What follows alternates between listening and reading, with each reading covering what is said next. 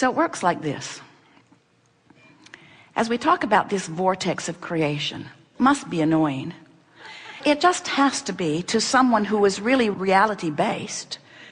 You go home and you say to your friends, yeah, I don't know. We learned not to face reality. That's worrisome. And then we were pointed over here at the floor. And we are told that there is a vortex of creation that includes everything we want, but we can't see it.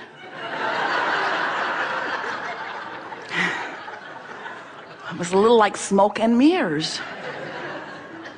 And then we were told that if we would feel for it, because we can't see it or hear it or smell it or taste it or touch it, if we would feel for it, we would feel better. And that when we feel better, then it would come.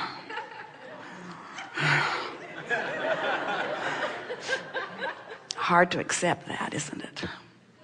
But if you will play our silly game just for a little while, what you will discover is that you are vibrational beings first and foremost, and that the vibration of your being has two vantage points.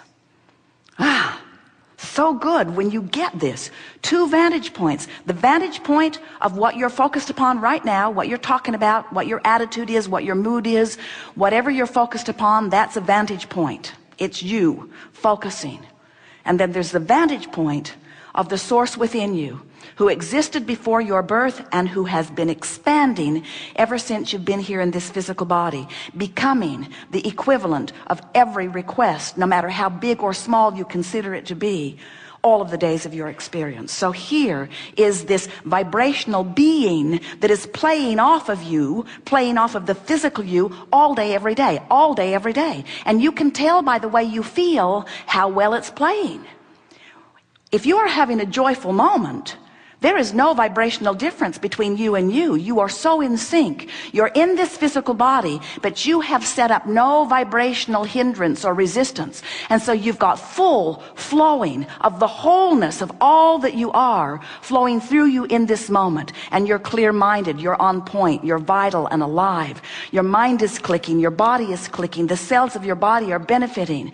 You are thinking of things just at the right time. Your timing is exceptionally good. The lyrics to the song you are writing are flowing through you. The music is moving through your body in a remarkable way.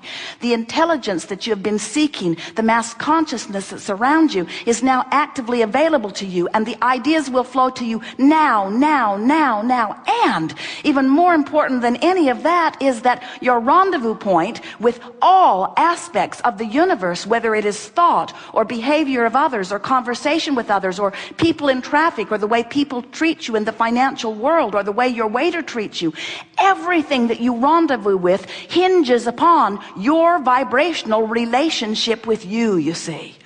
So many people are walking around not even taking anything like that into consideration, because it's mumbo jumbo and smoke and mirrors. Let's not ever talk about vibration.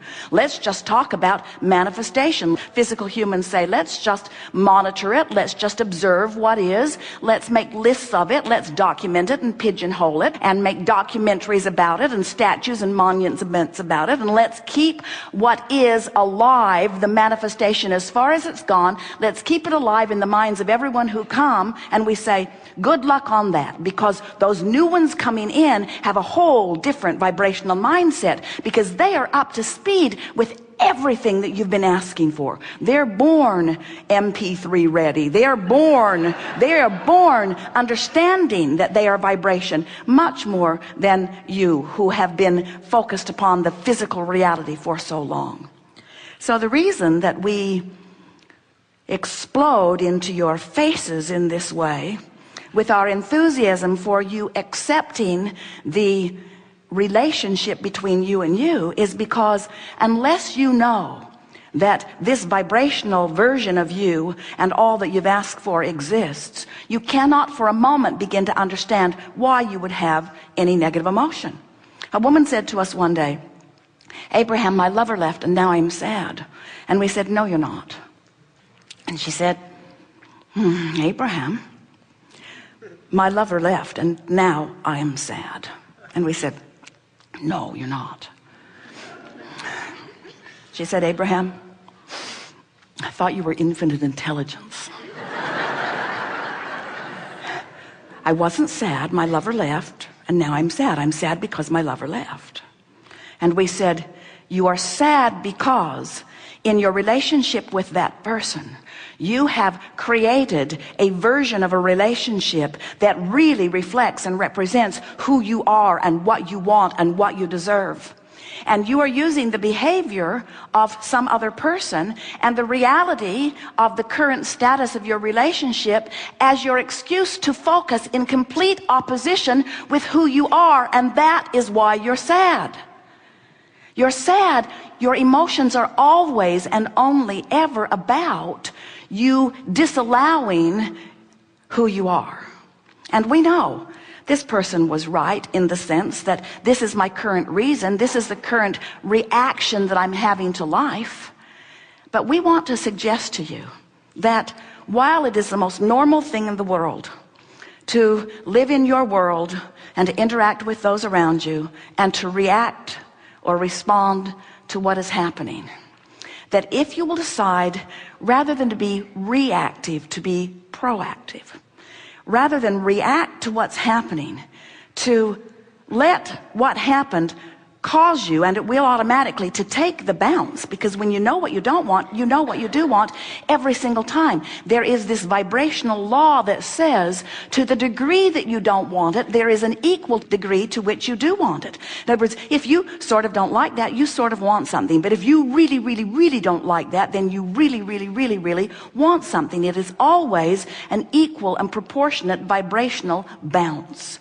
And if we can convince you today that the larger part of you took the bounce, became rich, became clear, became healthy, became loved, became a lover, became clear-minded, became responsive to life, became valuable to your world, if you can hear us when we say that did happen, and that every bit of negative emotion that you feel is because you didn't let it happen for you yet, then you'll know what your guidance system is telling you. Then you'll bless negative emotion in the same way that Jerry blesses the bumps along the edge of the road that let him know that Esther's driving off of it.